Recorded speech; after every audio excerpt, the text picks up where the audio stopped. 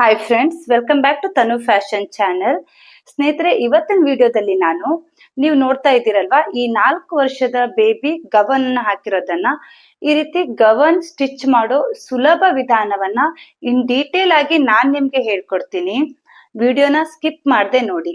ಯಾರೆಲ್ಲ ನನ್ನ ಚಾನೆಲ್ ನ ಫಸ್ಟ್ ಟೈಮ್ ನೋಡ್ತಿದ್ದೀರಾ, ಚಾನೆಲ್ ನ ಸಬ್ಸ್ಕ್ರೈಬ್ ಮಾಡಿ, ವಿಡಿಯೋನ ಲೈಕ್ ಮಾಡೋದನ್ನ ಮರಿಬೇಡಿ. ಬನ್ನಿ ಸ್ಟಿಚಿಂಗ್ ಅನ್ನ ಶುರು ಮಾಡೋಣ. ಈ ರೀತಿ ಸಾರಿಯನ್ನ ನಾನು ಗವನ್ ನ ಲೋವರ್ ಪಾರ್ಟ್ ನ ಫ್ರಂಟ್ ಅಂಡ್ ಬ್ಯಾಕ್ ಗೋಸ್ಕರ 52 ಇಂಚು ಅಗಲ ಹಾಗೇನೆ 25 ಇಂಚು ಉದ್ದ ಇರೋ ಹಾಗೆ 2 ಫ್ಯಾಬ್ರಿಕ್ ಪೀಸ್ ಅನ್ನ ನಾನಿಲ್ಲಿ ಕಟ್ ಮಾಡಿ ಇಟ್ಕೊಂಡಿದ್ದೀನಿ.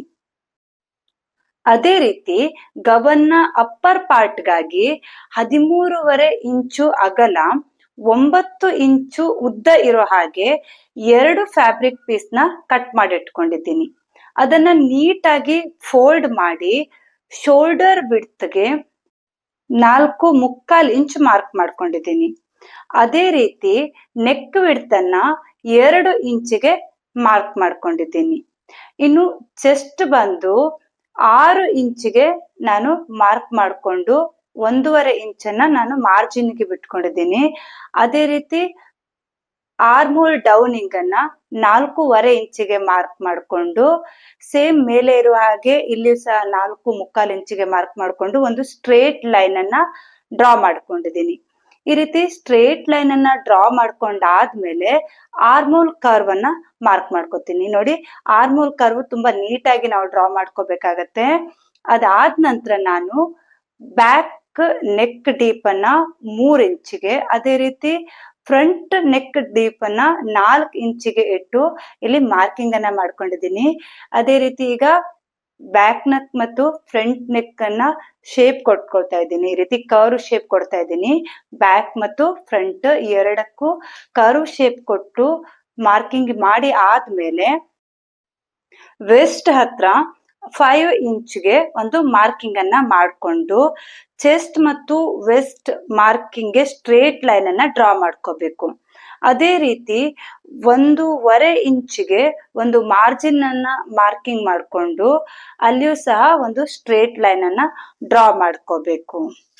ಅದಾದ್ಮೇಲೆ ಫ್ರಂಟ್ ಪಾರ್ಟ್ ನ ಆರ್ಮ್ ಹೋಲ್ ಹತ್ರ 1/2 ಇಂಚು ಡೀಪ್ ಕೊಟ್ಟು ಆರ್ಮ್ ಹೋಲ್ ಕರ್ವ್ ಅನ್ನ ಡ್ರಾ ಮಾಡ್ಕೊಂಡು ಈಗ ಈ ಬ್ಯಾಕ್ ಮಾರ್ಕಿಂಗ್ ಮೇಲೆನೆ ಕಟಿಂಗ್ ಮಾಡ್ಕೋಬೇಕು. ನಂತರ ಫ್ರಂಟ್ ಪಾರ್ಟ್ ನ ಸಪರೇಟ್ ಮಾಡಿ ಫ್ರಂಟ್ ಗೋಸ್ಕರ ಮಾರ್ಕ್ ಮಾಡ್ಕೊಂಡಿರೋ ಆರ್ಮ್ ಹೋಲ್ ಕರ್ವ್ ಮತ್ತೆ ನೆಕ್ ಡೀಪ್ ನ ಕಟ್ ಮಾಡಿ ವೆಸ್ಟ್ ವಿಡ್ತ್ ಮತ್ತೆ ಚೆಸ್ಟ್ ವಿಡ್ತ್ ಹತ್ರ ಒಂದೊಂದು ನ್ಯಾಚ್ ಅನ್ನ ಹಾಕೋಬೇಕು. ಈ ರೀತಿ ಚೆಸ್ಟ್ ಅಂಡ್ ವೆಸ್ಟ್ ಹತ್ರ ನ್ಯಾಚ್ ಹಾಕೊಳ್ಳೋದ್ರಿಂದ ನಾವು ಸ್ಟಿಚಿಂಗ್ ಮಾಡುವಾಗ ಯಾವುದೇ ರೀತಿ ವೇರಿಯೇಷನ್ ಬರ್ದೆ ಸ್ಟಿಚಿಂಗ್ ಮಾಡ್ಕೊಳ್ಳೋಕೆ ತುಂಬಾನೇ ಹೆಲ್ಪ್ಫುಲ್ ಆಗಿರುತ್ತೆ. ನೋಡಿ, ನಮ್ದು ಬೇಬಿ ಗವನ್ ನ ಅಪ್ಪರ್ ಪಾರ್ಟ್ ಕಟ್ಟಿಂಗ್ ಕಂಪ್ಲೀಟ್ ಆಗಿದೆ. ಈ ರೀತಿ ಅಪ್ಪರ್ ಪಾರ್ಟ್ ಕಟ್ಟಿಂಗ್ ಕಂಪ್ಲೀಟ್ ಆದ್ಮೇಲೆ ಇನ್ನು ಸ್ಲೀವ್ ಕಟ್ಟಿಂಗ್. ನಾನು ಈ ಬೇಬಿ ಸ್ಲೀವ್ ಅನ್ನ ರಿಸ್ಟ್ ಲೆಂತ್ ವರೆಗೆ ತಗೊಳ್ತಾ ಇರೋದ್ರಿಂದ ನಮ್ಗೆ 15 ಇಂಚು ರೆಡಿ ಫ್ಯಾಬ್ರಿಕ್ ಬೇಕು. 15 ಇಂಚಿಗೆ ಮಾರ್ಕ್ ಮಾಡ್ಕೊಂಡು 2 ಇಂಚಿಗೆ ಆರ್ಮೋಲ್ ಡೌನಿಂಗ್ ಅನ್ನ ಮಾರ್ಕ್ ಮಾಡ್ಕೋತಾ ಇದ್ದೀನಿ. 2 ಇಂಚು ಆರ್ಮೋಲ್ ಡೌನಿಗೆ ಒಂದು ಸ್ಟ್ರೇಟ್ ಲೈನ್ ಅನ್ನ ಡ್ರಾ ಮಾಡ್ಕೊಂಡು ಸ್ಟಿಚಿಂಗ್ ಗೋಸ್ಕರ ನಾನು ಒಂದು 1/2 ಇಂಚನ್ನ ಎಕ್ಸ್ಟ್ರಾ ಬಿಟ್ಟು ಇನ್ನೊಂದು ಸ್ಟ್ರೇಟ್ ಲೈನ್ ಅನ್ನ ಡ್ರಾ ಮಾಡ್ಕೋತಾ ಇದ್ದೀನಿ. ಇಲ್ಲಿ ಸ್ವಲ್ಪ ಸ್ಟ್ರೇಟ್ ಲೈನ್ ಅನ್ನ ಹಾಕೊಂಡು ನಾನು ಎಕ್ಸ್ಟ್ರಾ ಫ್ಯಾಬ್ರಿಕ್ ನ ಕಟ್ ಮಾಡಿ ತೆಗಿಬೇಕು. ಆಮೇಲೆ ಅದಾದ ನಂತರ ಇಲ್ಲಿ ಆರ್ಮೋಲ್ ಕರ್ವ್ ಮಾರ್ಕಿಂಗ್. ನೀವು ಬಿಗಿನರ್ಸ್ ಆಗಿದ್ರೆ ಈ ರೀತಿ ಡೈರೆಕ್ಟ್ ಆಗಿ ಕರ್ವ್ ಅನ್ನ ಮಾರ್ಕ್ ಮಾಡ್ಕೋಬೇಡಿ.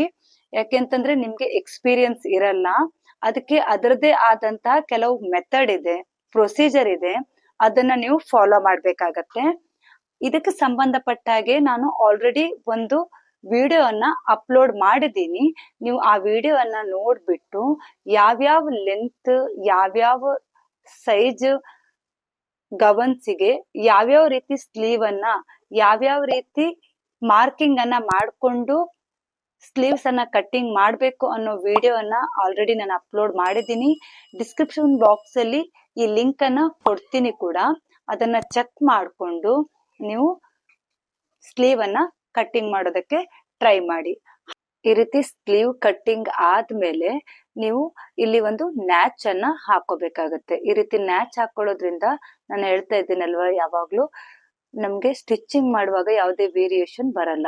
ಇದಾದ್ಮೇಲೆ ಈ ಫ್ರಂಟ್ ಅಲ್ಲಿರೋ ಎಕ್ಸ್ಟ್ರಾ ಪೀಸ್ ಅನ್ನ ಕಟ್ ಮಾಡಿ ಇಲ್ಲಿಯೂ ಸಹ ಒಂದು ನ್ಯಾಚ್ ಹಾಕೊಳ್ಳೋದ್ರಿಂದ ನಮ್ಗೆ ಫ್ರಂಟ್ ಪಾರ್ಟ್ ಗುರ್ತಿಗೆ ಈಸಿ ಆಗತ್ತೆ.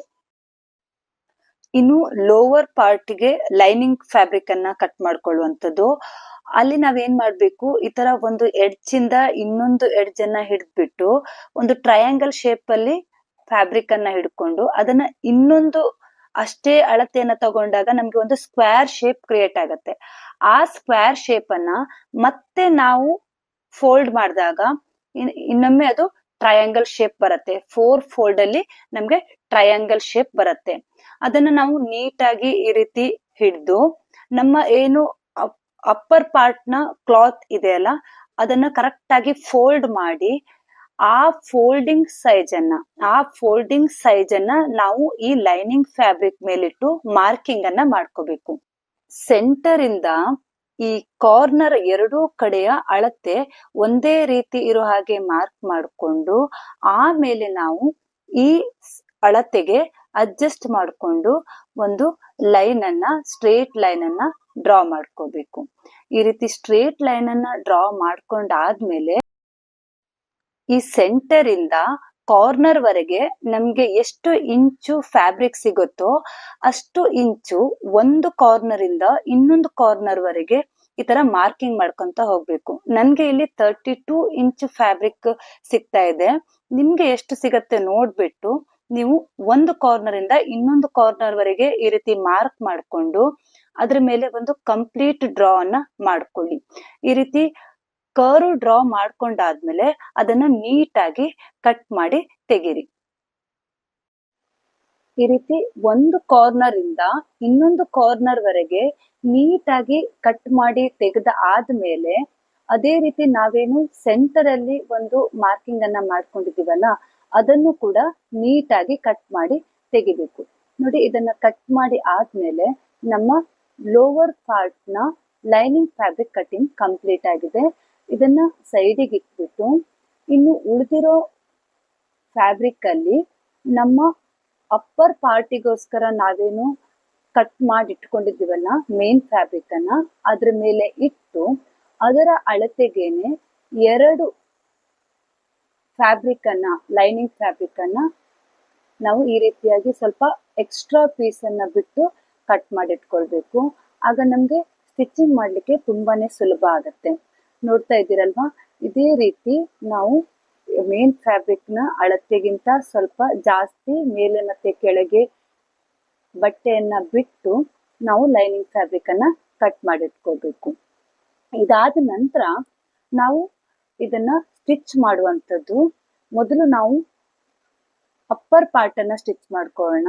ಈ ಲೈನಿಂಗ್ ಫ್ಯಾಬ್ರಿಕ್ ನ ಸೆಂಟ್ರಿಂಗ್ ಅನ್ನ ಮಾರ್ಕ್ ಮಾಡಿಕೊಂಡು ಈ ಮೇನ್ ಫ್ಯಾಬ್ರಿಕ್ ಅನ್ನ ಈ ಲೈನಿಂಗ್ ಫ್ಯಾಬ್ರಿಕ್ ಮೇಲೆ ಉಲ್ಟಾ ಇಟ್ಬಿಟ್ಟು, ಮೀನ್ಸ್ ಅದನ್ನ ನಮ್ದು ಏನು ಫ್ರಂಟ್ ಮಾರ್ಕಿಂಗ್ ಇದೆ ಅಲ್ಲ ಅದು ಫ್ಯಾಬ್ರಿಕ್ ಕಡೆ ಇರ್ಬೇಕು, ಒಳ ಮೈಯಲ್ಲಿ ಇರ್ಬೇಕು. ಆ ರೀತಿ ಇಟ್ಟು ನಾವು ಈ ನೆಕ್ ಅನ್ನ 1-2 ಗೆರೆಯಷ್ಟು 1/4 ಇಂಚಷ್ಟು ಈ ರೀತಿ ನೀಟಾಗಿ ಸ್ಟಿಚ್ ಮಾಡ್ಕೋಬೇಕು. ಈ ರೀತಿ ಸ್ಟಿಚ್ ಮಾಡ್ಕೊಂಡ್ ಆದ್ಮೇಲೆ ಅದನ್ನ ತೆಗೆದುಬಿಟ್ಟು ನಾವು ಈ ಮಿಕ್ಕಿರೋ ಲೈನಿಂಗ್ ಫ್ಯಾಬ್ರಿಕ್ ಅನ್ನ ನೀಟಾಗಿ ಕಟ್ ಮಾಡಿ ತೆಗಿಬೇಕು.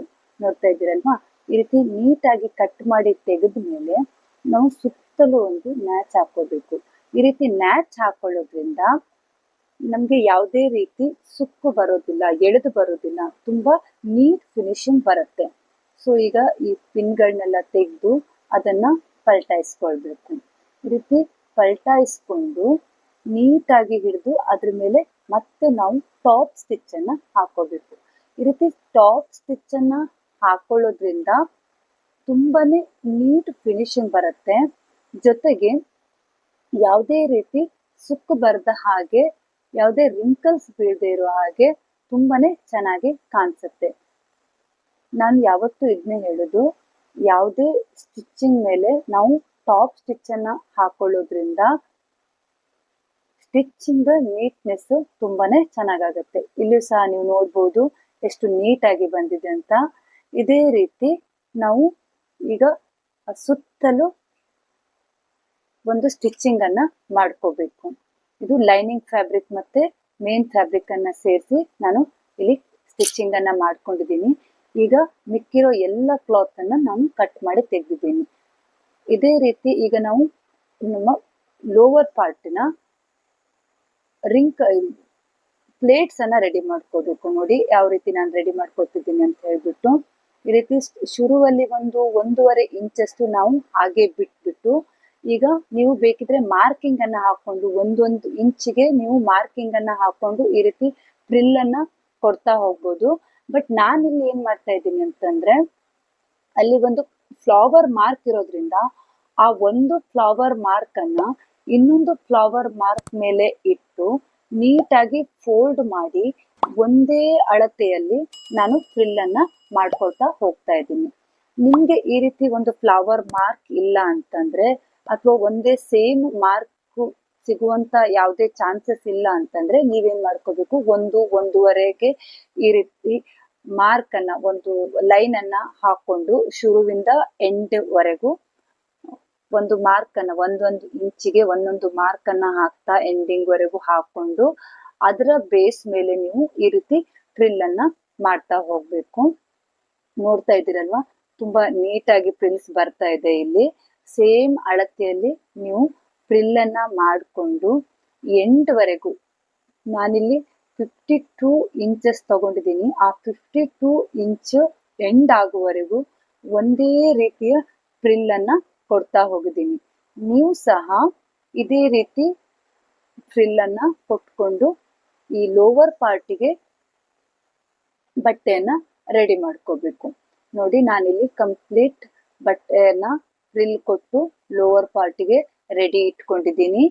ಈ ಕ್ಲಾತ್ ಅನ್ನ ನಾನೀಗ ಏನ್ ಮಾಡ್ತೀನಿ, ಲೈನಿಂಗ್ ಫ್ಯಾಬ್ರಿಕ್ ಅನ್ನ ಅದರ ಮೇಲೆ ಇಟ್ಟು ಸ್ಟಿಚ್ ಮಾಡ್ಕೊಳ್ತೀನಿ. ನೋಡಿ, ಇದನ್ನ ಕರೆಕ್ಟ್ ಹಾಫ್ಗೆ ಒಂದು ಮಾರ್ಕ್ ಮಾಡ್ಕೊಂಡು, ಆ ಹಾಫ್ ಕರೆಕ್ಟ್ ಹಾಫ್ ಅಲ್ಲಿ ಬರೋ ಹಾಗೆ, ಸೆಂಟರ್ ಅಲ್ಲಿ ಬರುವ ಹಾಗೆ ಸೆಂಟರ್ ಟು ಸೆಂಟರ್ ಜಾಯಿಂಟ್ ಮಾಡಿ, ಅದೇ ರೀತಿ ಈಗ ಶುರುವಿಂದ ನಾನು ಒಂದು ಎಂಡಿಂದ ಇನ್ನೊಂದು ಎಂಡಿಗೆ ಸ್ಟಿಚ್ ಮಾಡ್ತಾ ಹೋಗ್ತಾ ಇದ್ದೀನಿ. ನೀವು ಸಹ ಹಾಗೆ ಈ ತರ ಫ್ರಿಲ್ ಬಟ್ಟೆಯನ್ನ ಆಲ್ರೆಡಿ ನೀವೇನು ಫ್ಯಾಬ್ರಿಕ್ ಅನ್ನ, ಲೈನಿಂಗ್ ಫ್ಯಾಬ್ರಿಕ್ ಅನ್ನ ಕಟ್ ಮಾಡಿ ಇಟ್ಕೊಂಡಿದ್ದೀರಲ್ವಾ, ಆ ಲೈನಿಂಗ್ ಫ್ಯಾಬ್ರಿಕ್ ಮೇಲೆನೆ ಈ ಫ್ರಿಲ್ ಹಾಕೊಂಡಿರೋ ಬಟ್ಟೆಯನ್ನ ನೀಟಾಗಿ ಒಂದು ಎಂಡಿಂದ ಇನ್ನೊಂದು ಎಂಡ್ ವರೆಗೆ ಅದೇ ಲೈನ್ ಮೇಲೆ, ಅದೇ ಏನು ಸ್ಟಿಚಿಂಗ್ ನೀವು ಆಲ್ರೆಡಿ ಫ್ರಿಲ್ಲಿಂಗ್ ಗೆ ಒಂದು ಸ್ಟಿಚ್ ಅನ್ನ ಹಾಕೊಂಡಿದಿರಲ್ಲ, ಅದೇ ಸ್ಟಿಚ್ ಮೇಲೆ ಒಂದ್ ಎಂಡಿಂದ ಇನ್ನೊಂದು ಎಂಡ್ ವರೆಗೆ ನೀಟಾಗಿ ಸ್ಟಿಚಿಂಗ್ ಅನ್ನ ಮಾಡ್ಕೋಬೇಕು. ಸ್ಟಿಚಿಂಗ್ ನಿಮ್ದು ಎಷ್ಟು ನೀಟಾಗಿ ಅದೇ ಲೈನ್ ಮೇಲೆ ಬರುತ್ತೋ ಅಷ್ಟು ನಿಮ್ಗೆ ನೀಟಾಗಿ ಫಿನಿಶಿಂಗ್ ಕೂಡ ಬರುತ್ತೆ. ನೋಡಿ, ಈ ರೀತಿ ನೀಟಾಗಿ ಒಂದಕ್ಕೊಂದು ಅಟ್ಯಾಚ್ ಮಾಡ್ಕೊಂಡಿದ್ದೀನಿ. ಅಲ್ಲಿ ನಾವು ಕೆಳಗಡೆ ಬಾಟಮ್ ಅಲ್ಲಿ ಕೂಡ ಅದನ್ನ ಫೋಲ್ಡ್ ಮಾಡಿ ಸ್ಟಿಚ್ ಮಾಡ್ಕೋಬಹುದು. ಬಟ್ ನಾನಿಲ್ಲಿ ಮಾಡ್ಕೊಂಡಿಲ್ಲ. ನೀವು ಆತರ ಎಂಡಿಂಗ್ ಅಲ್ಲಿ ಅದರ ಬಾಟಮ್ ಅಲ್ಲಿ ಕೂಡ ನೀಟಾಗಿ ಸ್ಟಿಚ್ ಮಾಡ್ಕೊಳ್ಳಿ. ಈಗ ಅಪ್ಪರ್ ಪಾರ್ಟ್ ಮತ್ತೆ ಲೋವರ್ ಪಾರ್ಟ್ ಎರಡನ್ನು ಸೆಂಟರ್ ಮಾರ್ಕ್ ಮಾಡ್ಕೊಂಡು, ಈ upper part centre and lower part centre ನ ಒಂದರ ಮೇಲೆ ಒಂದು ಇಟ್ಟು ಅಲ್ಲಿ ಒಂದು ಪಿನ್ ಮಾಡ್ಕೊಂಡಿದೀನಿ. ಆಚೆ ಈಚೆ ಆಗ್ಬಾರ್ದು ಅಂತ ನೀಟಾಗಿ ಪಿನ್ ಮಾಡ್ಕೊಂಡು, ಈಗ ಒಂದು ಎಂಡಿಂದ ಇನ್ನೊಂದು ಎಂಡಿನವರೆಗೆ ನೀಟಾಗಿ ಸುಮಾರು ಒಂದು ಹಾಫ್ ಇಂಚ್ ಅಂತರದಲ್ಲಿ ನಾವು ಸ್ಟಿಚ್ ಮಾಡ್ತಾ ಹೋಗ್ಬೇಕು. ಆಲ್ರೆಡಿ ಅಲ್ಲೊಂದು ಸ್ಟಿಚಿಂಗ್ ಮಾರ್ಕ್ ಇದೆ ನೋಡಿ, ಅದೇ ಸ್ಟಿಚ್ ಮಾರ್ಕ್ ಮೇಲೆ ನಾವು ಇನ್ನೊಮ್ಮೆ ಸ್ಟಿಚ್ ಮಾಡ್ತಾ ಹೋಗ್ಬೇಕು. ಈಗ ಈ ತರ ಸ್ಟಿಚ್ ಮಾಡ್ಕೊಳ್ಳೋದ್ರಿಂದ ನಮ್ಮ ಲೋವರ್ ಪಾರ್ಟ್ ಮತ್ತೆ ಅಪ್ಪರ್ ಪಾರ್ಟ್ ಎರಡನ್ನ ನಾವು ಜಾಯಿಂಟ್ ಮಾಡ್ಕೊಳ್ಳುವಂಥದ್ದು. ಈ ಗವನ್ ಸ್ಟಿಚಿಂಗ್ ಅಷ್ಟೊಂದು ಕಷ್ಟ ಏನಲ್ಲ, ತುಂಬಾನೇ ಸರಳವಾಗಿ ನಾವು ಗವನ್ ಅನ್ನ ಈ ರೀತಿ ಸ್ಟಿಚ್ ಮಾಡ್ಕೋಬಹುದು. ನೀವು ಗಮನದಲ್ಲಿಟ್ಟು ಈ ತರ ಸ್ಟಿಚಿಂಗ್ ಅನ್ನ ನೋಡ್ತಾ ಪ್ರಾಕ್ಟೀಸ್ ಮಾಡ್ಕೊಂಡು ಸ್ಟಿಚ್ ಮಾಡ್ತಾ ಹೋದ್ರೆ ಗವನ್ ಸ್ಟಿಚಿಂಗ್ ತುಂಬಾನೇ ಸರಳ ಆಗತ್ತೆ. ನೋಡಿ, ಈಗ ಅದೇ ಸ್ಟಿಚ್ ಮೇಲೆ ನಾವು ಇನ್ನೊಂದು ಬಾರಿ ಸ್ಟಿಚ್ ಅನ್ನ ಹಾಕೊಂಡು, ಅಂದ್ರೆ ಡಬಲ್ ಸ್ಟಿಚ್ ಅನ್ನ ಹಾಕಿ ಅಪ್ಪರ್ ಅಂಡ್ ಲೋವರ್ ಪಾರ್ಟ್ ಅನ್ನ ಜಾಯಿಂಟ್ ಮಾಡಿಕೊಂಡು ನಾವು ಫ್ರಂಟ್ ಪಾರ್ಟ್ ಆಫ್ ಗವನ್ ಅನ್ನ ಕಂಪ್ಲೀಟ್ ಸ್ಟಿಚ್ ಮಾಡಿ ಮುಗಿಸಿದ್ದೀವಿ. ನೀವು ಈ ರೀತಿ ಫ್ರಂಟ್ ಪಾರ್ಟ್ ಅನ್ನ ರೆಡಿ ಮಾಡ್ಕೊಂಡಾದ್ಮೇಲೆ ಅದೇ ರೀತಿ ಬ್ಯಾಕ್ ಪಾರ್ಟ್ ಅನ್ನು ಕೂಡ ರೆಡಿ ಮಾಡ್ಕೊಳ್ಬೇಕಾಗತ್ತೆ. ನಾನಿಲ್ಲಿ ಜಿಪ್ ಅನ್ನ ಹಾಕಿ ಬ್ಯಾಕ್ ಪಾರ್ಟ್ ಅನ್ನ ರೆಡಿ ಮಾಡ್ಕೊಂಡಿದ್ದೀನಿ. ಈಗ ಇವೆರಡನ್ನು ಅಪೋಸಿಟ್ ಆಗಿ ಒಂದಕ್ಕೊಂದನ್ನ ಈ ರೀತಿ ಸೇರಿಸಿ ಈ ಶೋಲ್ಡರ್ ಹತ್ರ ಎರಡೆರಡು ಸ್ಟಿಚ್ ಹಾಕಿ ಅಟ್ಯಾಚಿಂಗ್ ಮಾಡ್ಕೊಂಡಿದ್ದೀನಿ. ನೋಡಿ, ಈಗ ಇದ್ರ ಮೇಲೆ ಎರಡೆರಡು ಸ್ಟಿಚ್ ಹಾಕಿ ಅಟ್ಯಾಚ್ ಮಾಡಿದ್ದೀನಿ. ಈಗ ಈ ಸ್ಲೀವ್ ನ ಅಟ್ಯಾಚಿಂಗ್, ಈ ಸ್ಲೀವ್ ಹತ್ರ ಏನು ಬಾರ್ಡರ್ ಇದೆ ಅಲ್ಲ ಅದನ್ನ ನೀಟಾಗಿ ಈ ರೀತಿ ಎರಡು ಸ್ಲೀವ್ ನ ಸ್ಟಿಚ್ ಮಾಡ್ಕೊಂಡು ಇದನ್ನ ಅಟ್ಯಾಚ್ ಮಾಡ್ಕೊಂಡಿದ್ದೀನಿ, ಸ್ಲೀವ್ ಅಟ್ಯಾಚ್. ಇನ್ನು ಅದನ್ನ ಈ ರೀತಿ ನೀಟಾಗಿ ಪಿನ್ ಮಾಡ್ಕೊಂಡಿದ್ದೀನಿ. ಸ್ಲೀವ್ ಇಂದ ಕೆಳಗೆ ಬಾಟಮ್ ವರೆಗೂ ಅಟ್ಯಾಚ್ ಮಾಡ್ಕೊಂಡು ಈಗ ಆ ಮಾರ್ಕಿಂಗ್ ಏನಿದೆ ಅಲ್ಲ ಅದ್ರ ಮೇಲೆ ನೀಟಾಗಿ ಸ್ಲೀವ್ ಇಂದ ಹಿಡಿದು ನೋಡ್ತಾ ಇದ್ದೀರಲ್ವಾ, ಈ ರೀತಿ ಬಾಟಮ್ ವರೆಗೂ ಪಿನ್ ಅನ್ನ ತೆಗಿತಾ ನೀಟಾಗಿ ಸ್ಟಿಚ್ ಮಾಡ್ಕೊಳ್ತಾ ಹೋಗ್ತಾ ಇದ್ದೀನಿ. ಎಂಡ್ ವರೆಗೂ 1.5 ಇಂಚು ಗ್ಯಾಪ್ ಅಲ್ಲಿ ಮಾರ್ಜಿನ್ ಬಿಟ್ಟು ನಾವು ಬಾಟಮ್ ವರೆಗೂ ನೀಟಾಗಿ ಸ್ಟಿಚ್ ಮಾಡಿಕೊಂಡು ಕೆಳಗಡೆ ಒಂದು ರಫ್ ಸ್ಟಿಚ್ ಅನ್ನ ಹಾಕೋಬೇಕು. ನೋಡಿ ಈ ಗವನ್ ಎಷ್ಟು ಚೆನ್ನಾಗಿ ರೆಡಿ ಆಗಿದೆ ಅಂತ. ನೀವು ಕೂಡ ಈ ವಿಡಿಯೋನ ನೋಡಿ ಗವನ್ ಅನ್ನ ಸ್ಟಿಚ್ ಮಾಡ್ತಾ ಇರಿ. ಇದೇ ರೀತಿ ವೆರೈಟಿ ಆಫ್ ಪ್ಯಾಟರ್ನ್ ಗವನ್ಸ್ ಇದೆ. ಇಂತಹ ಹೊಸ ಹೊಸ ಪ್ಯಾಟರ್ನ್ ಆಫ್ ಗವನ್ಸ್ ಸ್ಟಿಚಿಂಗ್ ನೊಂದಿಗೆ ಮುಂದಿನ ವಿಡಿಯೋದಲ್ಲಿ ಮತ್ತೆ ನಾನು ನಿಮ್ಮನ್ನ ಭೇಟಿ ಆಗ್ತೀನಿ. ನಮಸ್ಕಾರ.